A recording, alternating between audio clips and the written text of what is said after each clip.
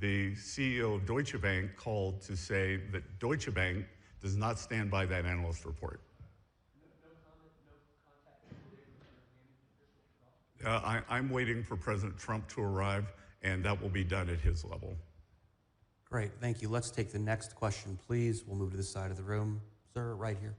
Name and outlet, please. Thank you. Thank you very much. Stefan Lanz, biggest news media of Switzerland, 20 minutes. Have there been, can you give us an update on the trade negotiations and tariff negotiations with Switzerland? Have there been talks already? Will there be talks? Will you have meetings with homologues from the Swiss Federal Council? Yeah, I'm seeing President Parmalat today, who I have a very good relationship with. We got to know each other in 2025.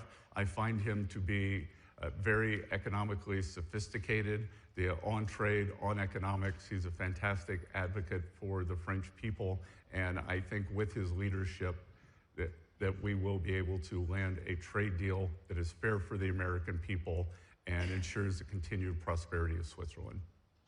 That's great. Thank you. We'll take the next question. Sir, right here, second row, name and outlet, please.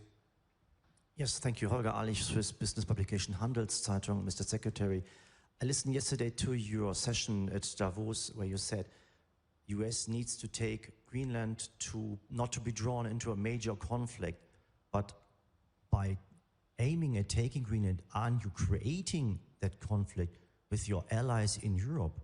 Thank you. I think that we are asking our allies to understand that Greenland needs to be part of the United States. And just a little history lesson, the United States bought the U.S. Virgin Islands from Denmark during World War I. And I will remind everyone that Denmark remained neutral during World War I.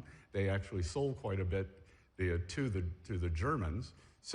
But the Danish understood then the importance of the U.S. Virgin Islands. They were worried about the German ramifications if the war spread to the Caribbean, and the U.S. needed the U.S. Virgin Islands. They wanted a calm Caribbean after purchasing the Panama Canal from the French. Great. Let's move to the next question, please. Let's go back to this side of the room. In the glasses, second row, name and outlet, please. Thank you. As a warning, everyone, we have about 5 minutes left. The schedule's a little tight today, so we'll have time for about 2 or 3 more questions at the most. Thank you. Hi, good morning. Alina Trabatoni, Montel News. So tariffs and trade actions, in theory, strengthen the dollar, and since LNG is priced in dollars, could a stronger dollar make US LNG more expensive for European buyers in euro terms? And isn't there concern that European markets could look elsewhere for suppliers? Well, your question doesn't make sense, because if you just said it was priced in dollars, then why would they look elsewhere for supplies? If oil comes from Saudi, it's priced in dollars. If oil comes from the North Sea, it's priced in dollars. So I don't think I understand the question. Yeah, LNG, but I mean, they could get better deals elsewhere. Well, I think you're tripping on your own question. That there's a global price for oil, and the only way to get a better deal elsewhere is to buy sanctioned oil from Venezuela, sanctioned oil from Iran, and sanctioned oil from Russia. I will point out that the EU, 4 years into the Ukraine-Russia conflict, continues to fund the Russian war machine by buying cheap Russian oil. In 2018, President Trump warned the Europeans, do not build Nord Stream 2. Do not buy Russian oil. And guess what gave Vladimir Putin the war chest to fund this war? The European purchases of Russian oil. Great. Thank you. We'll move to the next question, please. I'm going to give some love to the back. Gentleman back here, please. Orange lanyard, head. The beard? Yeah, yes, beard. Name and outlet, please. Microphone's coming from this side. Thank you for the floor. Raphael Zwallen, Swiss News Agency. I have a question on trade, and my understanding you would like to export more agricultural products and cars to Europe under American standards, but the European standards are different.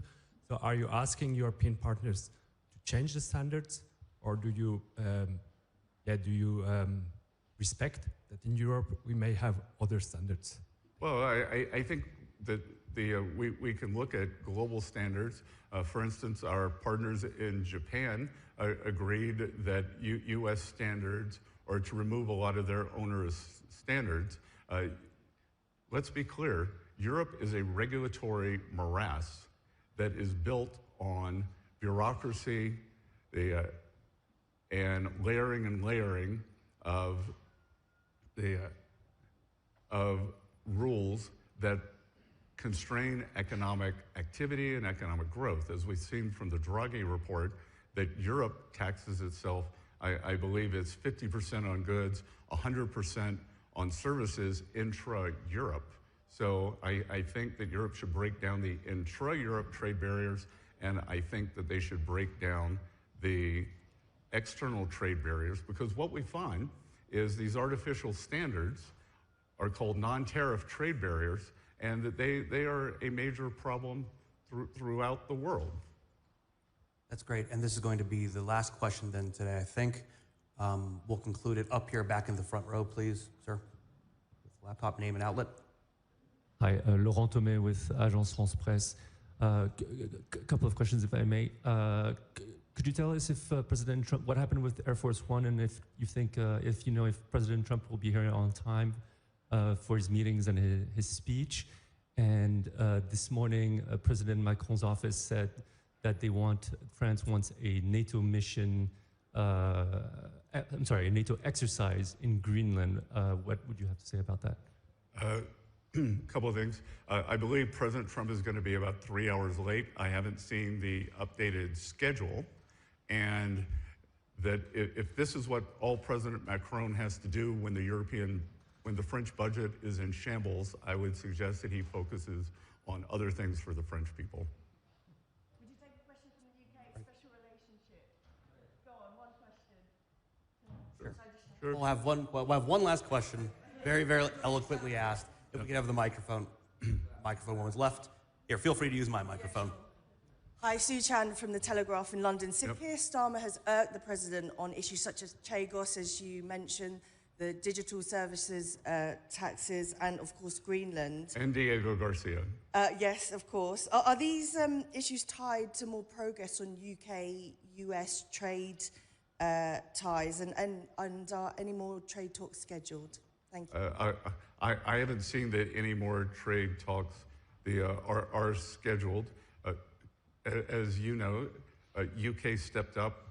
They became the model for the first trade deal. And as a result, as always with President Trump, the first deal is the best deal. And because of special relationship, UK got a very low rate. I think that we are continuing to negotiate, but that there have been some glitches in the trade deal. I am sure that the Starmer government will push forward. Fantastic. Thank you so much for the time, everybody. We'll stay in touch and have a wonderful day. Thanks a lot.